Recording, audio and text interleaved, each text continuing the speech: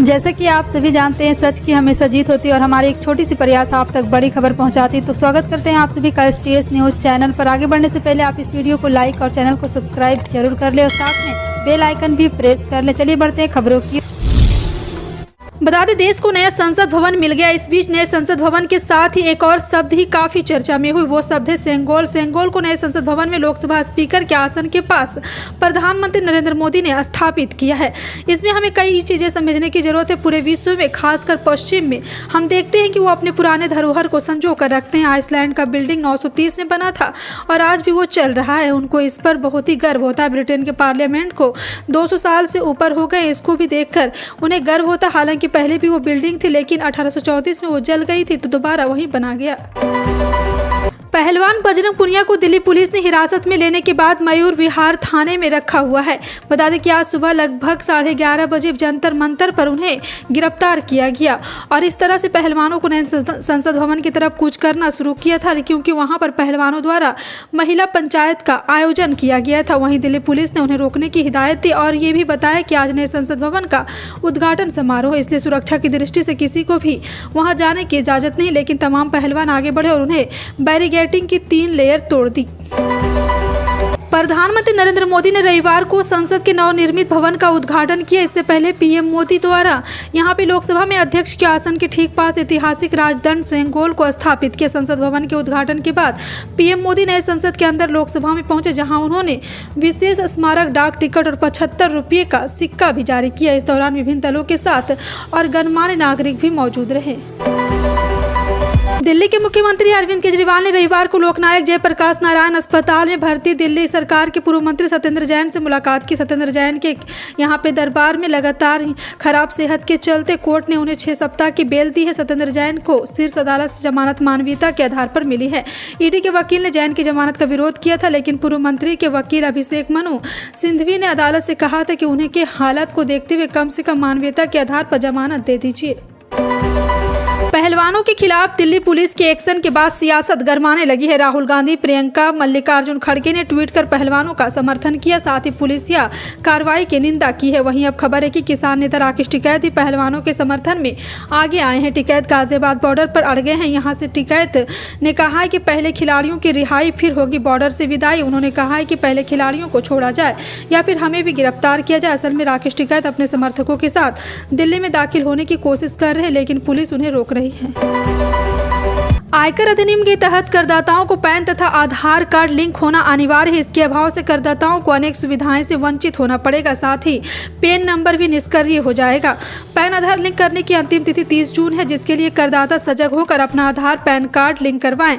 यह बात आयकर अधिकारी नेमानी श्रीनिवास ने कहा है कि यहाँ पे आयकर दाताओं से बैठक में कही है। बैठक में आयकर अधिकारी ने बताया कि आयकर नियमों के अनुसार 1 जुलाई 2017 से आधार पैन आपस में लिंक करने के निर्देश दिए गए थे।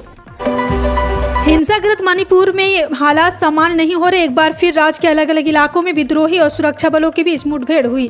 सूत्रों ने बताया कि रविवार सुबह तड़के 2 बजे इम्फाल घाटी और उसके आसपास के 5 इलाकों में एक साथ हमला किया गया। इस बीच सीएम एन बीरेन सिंह ने बताया कि अब तक राज्य के विभिन्न इलाकों में करीबन 40 आतंकवादी मारे गए हैं। साथ ही कुछ आतंकवादियों को सुरक्षा बलों ने गिरफ्तार भी किया है। सीएम एन बीरेन सिंह ने बताया कि यह कार्रवाई आतंकवादी समूह के खिलाफ जवाबी और रक्षात्मक अभियानों के तहत की गई है। देश के कई राज्यों में रविवार को भूकंप के झटके महसूस किए गए, जिसमें पंजाब, हरियाणा, जम्मू कश्मीर समेत 2 देश पाकिस्तान और अफगानिस्तान भी शामिल है। रिक्टर स्केल पर इस भूकंप की तीव्रता 4.9 मापी गई है। यह भूकंप अफगानिस्तान के फैजाबाद से 70 किलोमीटर दक्षिणी पूर्व में सुबह करीब 10:19 बजे आया, जिसकी तीव्रता अफगानिस्तान में 5.2 मापी गई। भूकंप का केंद्र अफगानिस्तान और तजाकिस्तान से सीमावर्ती क्षेत्र के पास था। इस भूकंप के 223 किलोमीटर की गहराई से उत्पन्न होने के कारण इस्लामाबाद के राष्ट्रीय भूकंपीय निगरानी विभाग के अनुसार इसने पाकिस्तान में होने वाले विनाशकारी प्रभाव को काफी कम कर दिया। गर्मी के महीने में देश के कुछ इलाकों में लोगों को रह रहकर सावन का एहसास हो रहा। हाल ही में देश के कई इलाकों में पश्चिमी विक्षोभ के चलते बारिश और आंधी तूफान देखने को मिला था। हालांकि मौसम विभाग के अनुसार 29 मई की रात को एक नया पश्चिमी विक्षोभ बन रहा है।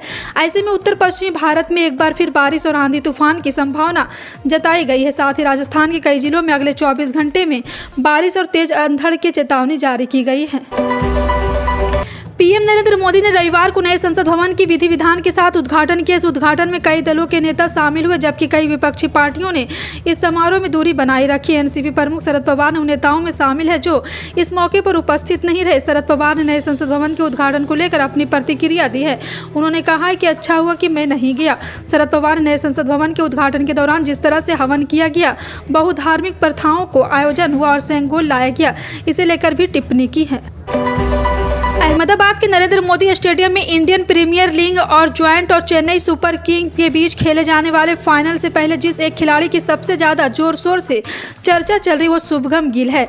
इस बल्लेबाज ने पिछले 4 मैचों में 3 शतक जड़कर दुनिया भर में अपना कद ऊंचा करते हुए तमाम दिग्गजों का ध्यान अपनी ओर खींचा है और मास्टर ब्लास्टर सचिन तेंदुलकर भी इसे अछूत नहीं रहे। और अब सचिन ने मेगा फाइनल से पहले डिटेल से शुभमन गिल के शतक के असर के बारे में बताया है। पश्चिम बंगाल के पश्चिम मिदनापुर में बीजेपी और टीएमसी के बीच फिर भिड़ंत हुई। पिंगला माधवा चौक गांव में भाजपा और तृणमूल समर्थकों के बीच हुई झड़प से पूरा इलाके में सनसनी फैल गई है। टीएमसी और बीजेपी समर्थक बीच जमकर लाठी डंडे भी चले हैं।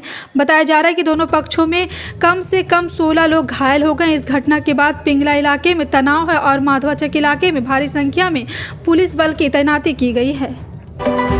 बिहार स्कूल एग्जाम बोर्ड की तरफ से डीएलएड परीक्षा के लिए एडमिट कार्ड जारी हो गया। बीएससीबी बिहार डीएलएड प्रवेश परीक्षा इस साल 5 जून 2023 से शुरू होगी।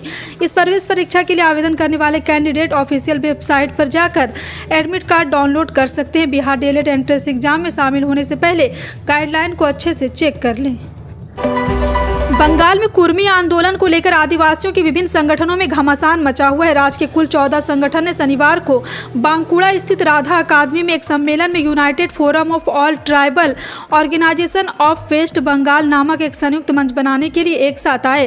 राज्य मंत्री बरवाहा हांसदा और तृणमूल के अखिल भारतीय महासचिव अभिषेक बनर्जी के काफिले पर हमले विरोध में 8 जून को बंगाल बंद का आह्वान किया है। राज्य के पश्चिमी जिलों में कुर्मी संगठन धीरे धीरे अपने संगठन का विस्तार कर रहे हैं। पहले यह निश्चित था कि प्रधानमंत्री द्वारा बुलाई गई नीति आयोग की बैठक में शामिल होकर पश्चिम बंगाल के मुख्यमंत्री ममता बनर्जी बिहार के मुख्यमंत्री नीतीश कुमार से मिलेगी।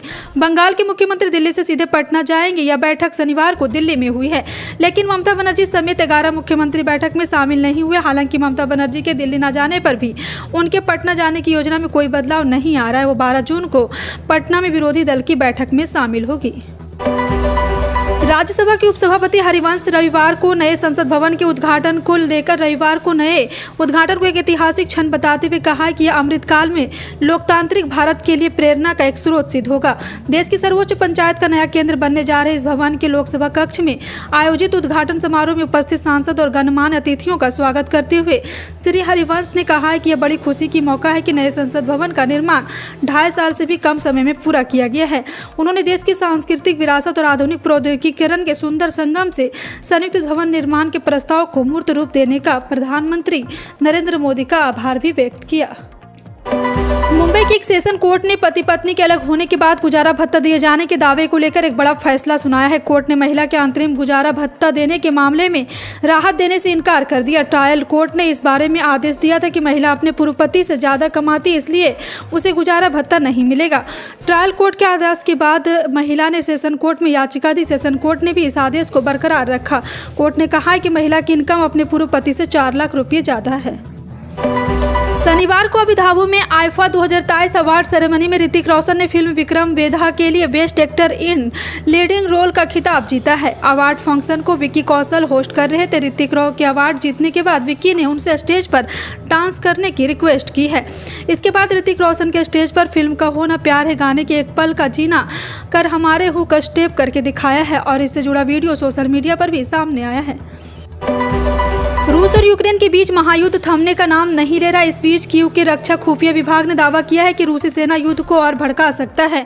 यूक्रेन की जवाबी कार्रवाई को कमजोर करने के लिए पुतिन ने परमाणु ऊर्जा संयंत्र पर हमले की योजना बनाई है।